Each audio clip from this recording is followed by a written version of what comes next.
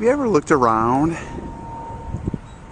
and wondered how many people are around you each and every day that know Christ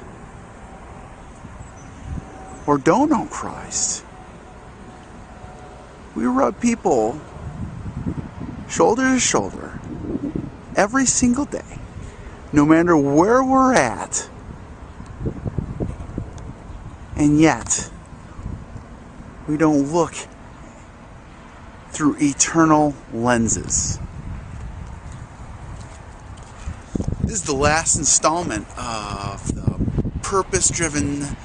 theology of purpose-driven. We're going to take a look at evangelism. Have you ever wondered? Have you ever looked and all the people that you make contact each and every day that don't know Christ? See, evangelism is a huge aspect of the purpose of the church.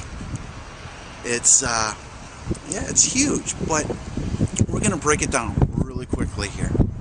First is there's the part of the evangelism is there is the go and tell. We are all called to go and share the gospel. This is very scary for a lot of people. I know a lot of people that have the evangelistic gift, but they choose to stay in their office. I know people that don't have this gift, but they are committed to sharing the gospel wherever they go. And that's where we have to, no matter where you're at, that's what the commitment is, to share the gospel no matter where you're at. In your neighborhoods, in your families, in your workplaces, in your sphere of influence, and even praying for opportunities at the store or in a parking lot to share the gospel. That's one aspect of evangelism, is going and telling people.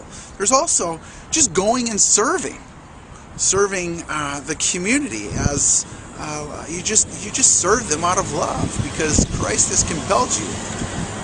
Some people call this servant evangelism, and you pray that those conversations, those spiritual conversations, will take place in that service, that you can share the gospel of Christ with people.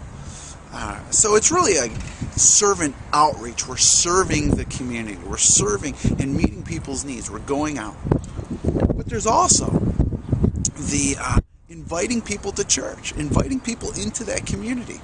There's the go and telling and going and serving, and then there's also the coming, inviting to come to worship and hear the word. See, those are all aspects of the gospel. Now you put that in light of Acts 1:8 when it says that we're to preach the gospel, we're to share the gospel in Samaria, Judea, and all the ends of the earth. And it kind of filters out that we are to share the gospel in foreign countries, not just in our neighborhoods, but our foreign countries, and in our cities, and in our country.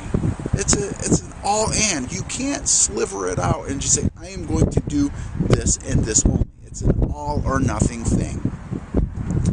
Jesus even said in Mark, preach the gospel to all creation. You see, we are to be committed to sharing the good news.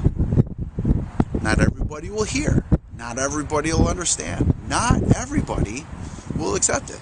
That's not our deal. We just have to be committed to the message. Leave the results up to God, because salvation is from God. It's not from us. I remember in youth ministry, teenagers get all excited because they shared the gospel and I saved somebody. Well, the reality is we don't save anybody. Salvation is from God, not from us.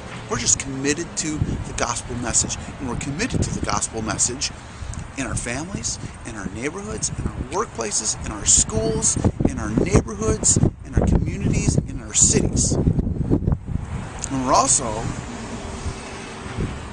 committed to the gospel in our state, our country, and the world.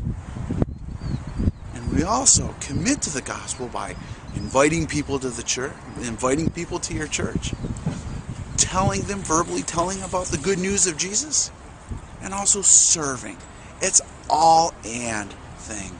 And I know when we are engaged in this, God blesses and God grows us.